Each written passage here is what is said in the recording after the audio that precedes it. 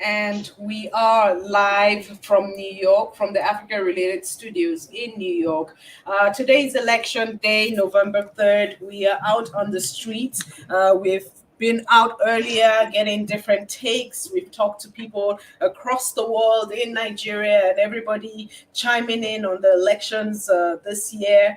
It's interesting what is going on because it seems like the whole world is tuned in. And I have with me today Mrs. Joyce Adeomi. Joyce Adeomi is a New York City resident. She's coming to us from Harlem in Manhattan, and she's about to tell us about what is going on around her. How are you, Joyce? I'm good, Aisa. How are you doing? Very well. Everybody is excited today, as you can. Good to see you too. Mm-hmm. Everyone is excited. Tell us what's happening today. Mm-hmm. There are. I'm going to show you some of the signs that are out. If you can see that, some of the signs. There are many signs out here telling people no loitering. You have to maintain 6 feet distance and 100 feet from entrance of building. The street is not crowded because this community, even though it's predominantly Hispanic and Black, they have been voting. They have taken part in early voting. So a lot of people voted already, but we still see people coming out of the voting booth. Hello, how are you? They have voted, so yes. And this is going to go on all day and this today. Is the man at the door. It's going to go on, yes, it's going to go on all day today. And we have someone here ushering people downstairs to vote. So I'm going to go downstairs so you can see what's happening. And let me have you casted your vote yet? Have you cast your vote? I'm actually going to cast my vote as I'm going downstairs. Oh, okay. Now, I hope you won't get into trouble. If there are no cameras allowed, you can always let us know. But yes. How has been the process? How do you see people coming in? Does it look like a quick in and out and it's done, or are people having to wait online for long? Even though there is social distancing, it doesn't take too long to vote. There are people at the door ushering people to go to where they can find their name. Everyone has to have a mask. How are you? This is someone at the door as well, helping people, ushering them to locations where they need to vote. I'm just covering. Right. Oh, okay. Oh, I'm leaving. Okay. So I have to wait because again, we're observing social distancing. Let me see if I can give you a view of the area.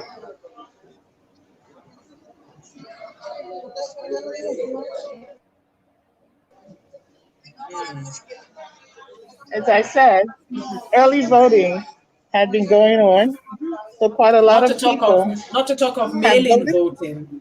Yeah, a lot exactly. of people have gotten it out of the way already. Yes. And why did you wait till today?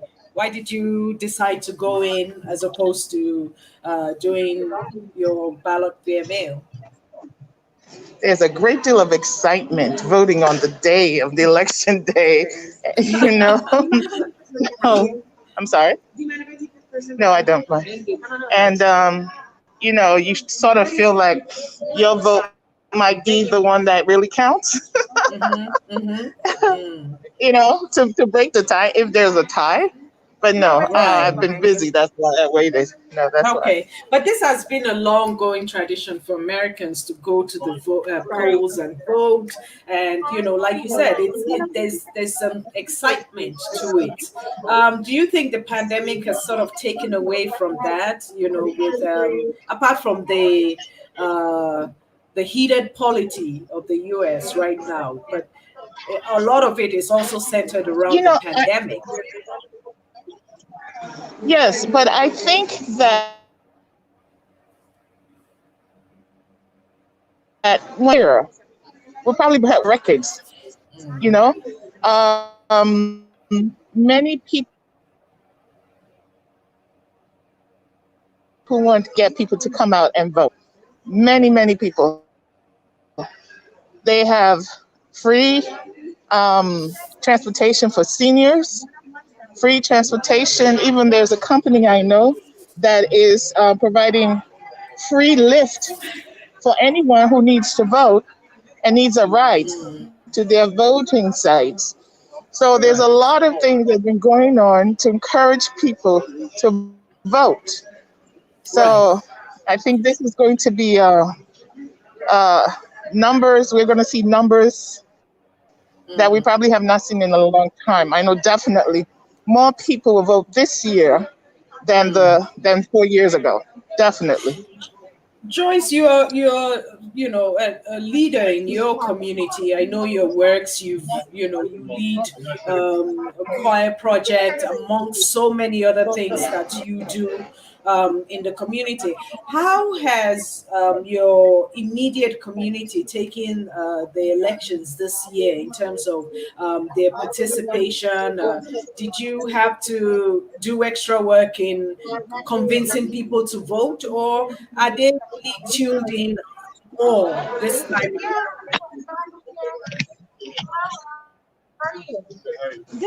Well, no, I didn't have to do extra work, although, everyone, it was as if everyone was reminding each other of the need to vote. As I said, there's been a great push on television, on radio, in print media, reminding people of the importance of voting. Mm, Um, and like I said, a lot of people want change. They have gone through a great deal of pain. They feel that they've been marginalized, especially by during the COVID period that we're still right. in. It's, Hmm. as I said, this is a community of Hispanics and Blacks. And I feel that a lot of the treatments that should have been given to Hispanics and Black people were not given to them. So they are ready to vote in a new administration in the hope that things will change. Right. Many people are unemployed, and the trickle down policies of giving big corporations money, it's hoping it will trickle down, has not worked for this community. No, Mm, so they have mm, requested that funding be given to small businesses directly instead of yes. waiting, hoping that Mm, Biden and Kamala would make changes that will bring about better economic development in this mm, community. Healthcare must be improved. The educational system must be improved. mm, Enough money, sufficient money needs to be devoted to education and so forth and so on. Even not-for-profit organizations are crying for change. mm. And of course, Everybody's crying pretty the biggest much, thing, especially. everybody's crying. Mm, Yes, and the biggest thing is the racial divide. You know, right. Yeah, that is a big issue racism, this year the that racism, has and pretty the much crept into so many other facets of life, and we can talk about that for a very long time to come. But it's interesting that you mentioned some of these problems or social challenges, and I can't help but think that you're originally from Nigeria. Nigeria. I'm sure you're aware of what is going on in Nigeria at the moment with the NSARS movement. And what happened? what are your Have I lost thoughts you? on? Can you hear us? Yes, yes, I can hear you. Okay. I'm just going to lift I this was up a little bit. okay, Okay. sure. Good to see you. We couldn't see you earlier behind all that, but it's better you're keeping safe though. But I was asking Yes, you, yes, Joyce Adeomi, that you're familiar, you know Nigeria, you're originally from Nigeria, and you see what has happened in correct. the last few weeks, especially given with the End SARS movement. Now, what are some of the similarities you see with those and some of the things you've experienced or seen here in the US? Oh my goodness. Um, you know, similar challenges, similar desires. For instance, we have the Black Lives Movement here, because it's Black people, but area, even though we're all, we still, it now is like the rich Mm, against the poor. You know, right. Yes. the soldiers, the way they ordinary citizens. That's what has led to the NZAS movement. You know, Mm, social services that are not sufficient, even though America has better social services than Nigeria does. Still yet, you know, it's not trickling down to the most vulnerable population. And this is mm, also what's going on in Nigeria. So there's parallels. We yes. see parallels between that. People just want to have a better life. And they know that the resources are there and that the resources should be allocated to um, to the community, to the masses. So there are many similarities that's going Indeed. on between Indeed.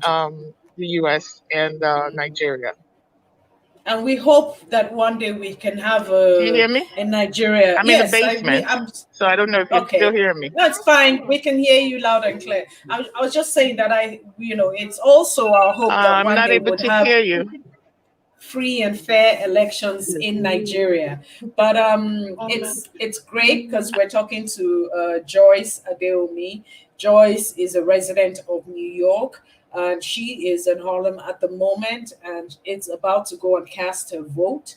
And we have been listening to her tell us about her experience in the US and why, particularly, she's excited about this voting season 2020 and some of the changes that it means to her personally as a community leader and also being a minority in America. So we've been talking with Joyce. Joyce, are you can you hear us now?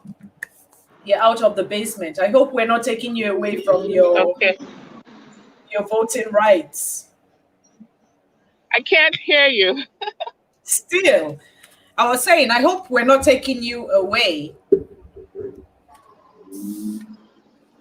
Oh, Joyce is definitely having difficulty hearing us. But again, this is the topic for the day. Today is November 3rd, the US presidential and all the elections across the board, the House of Representatives, the Senate, the governorship elections in some states, all of that happening today.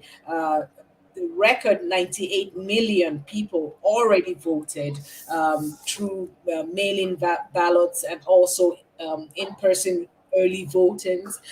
Today is the last and final day of voting. Counting is going to be going on after this. It is a completely different voting system this time around, partly due to the COVID-19 pandemic that hit America so hard and forced the country somewhat to change some of these policies around voting. But in all the same, we expect a free and fair elections. And after this whole process is again when the electoral college comes in and they do their part in counting and hopefully if there's a landslide imagine we won't have to go through a whole lot. And we stress and hope that each presidential candidate will be able to accept those of the Joyce is showing us around in Manhattan, in Harlem, the process for voting. Joyce, can you hear us better now? Lisa, I cannot hear you, so I don't know if you're asking me a question. Yes, we are asking you. I'm not sure why you can't hear yet, but I'm going to try and remove her. Can you hear now? If I put my phone to my ear. Okay, only if you put your phone to your ear. Okay, let's watch your ear real quick. Joyce, where you are, it's interesting you mentioned some of those issues because the House of Representatives and the Senate also, they're all voting, and you brought up some very, very important issues that you see in your neighborhood. How confident are you in your electoral officials, or how confident should we be in our electoral officials that they will be able to deliver on some of these promises that are being made during these elections? What are some of these issues that are really, really pertinent and important to you? Okay, we, the public, we who vote them in, we have a job to do. We have to make sure that we hold the feet of the politicians to the fire. We have to demand that they make good on their promises. It's no longer business as usual where they come into office and they've made promises that they don't keep.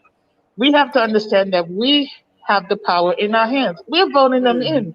We're paying for them. We're paying their salaries. So if we don't demand good governance, we won't get it.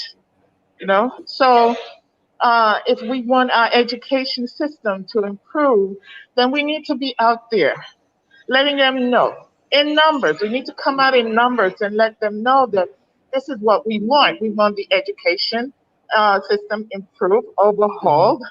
We're going into technology now. We're using quite a lot of technology, but still yet, there are some communities that don't have a strong Wi-Fi. They don't have a strong broadband.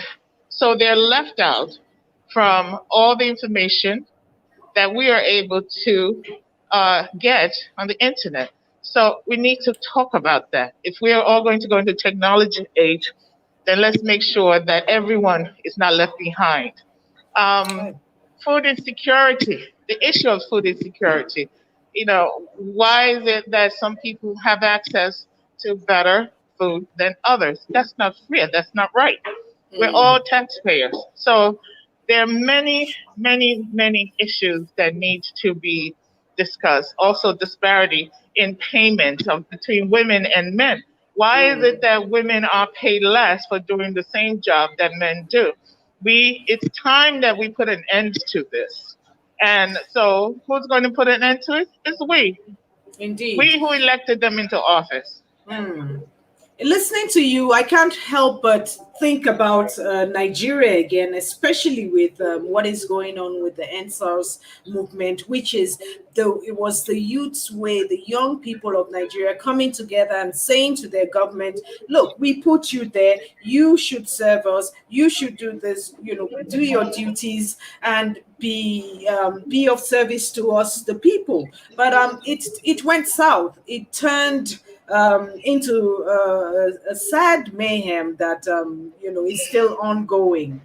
What should governments such as Nigeria, what can they learn, even though the US has its problems and with everything that has gone on in the last few years, but what can a country like Nigeria and countries in Africa, what can we take from this election? Okay, first of all, let me just speak a little bit about the movement that happened. I have to commend the young people.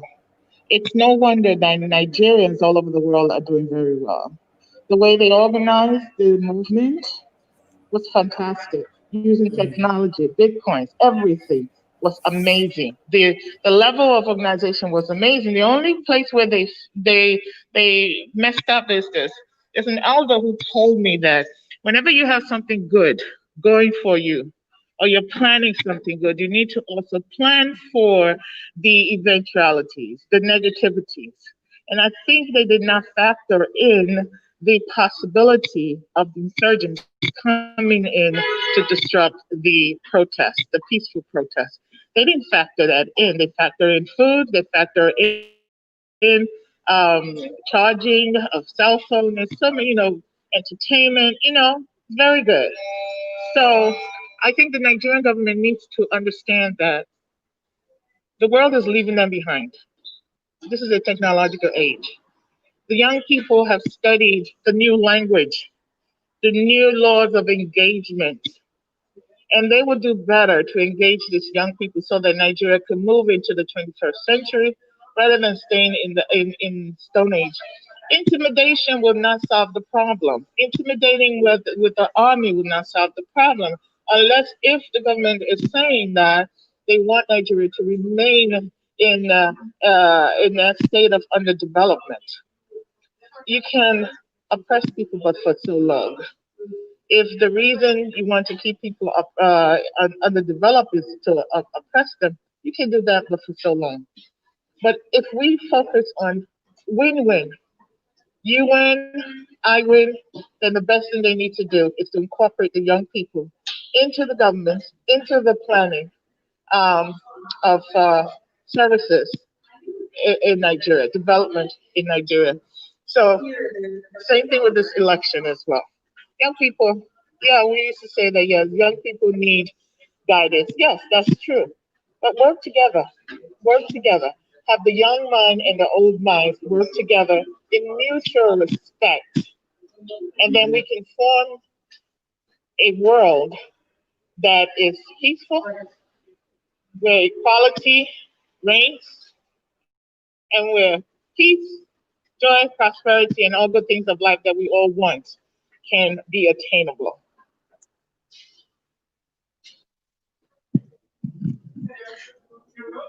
I've missed you. I'm not hearing you now.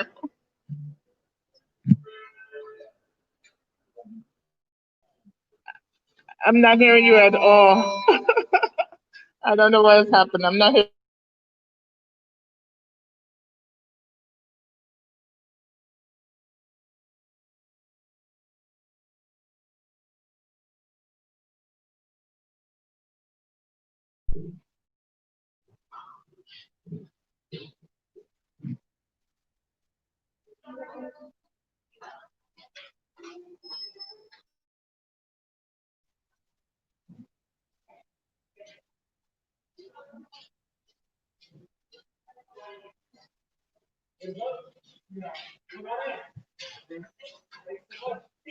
I'm good. Everything's good.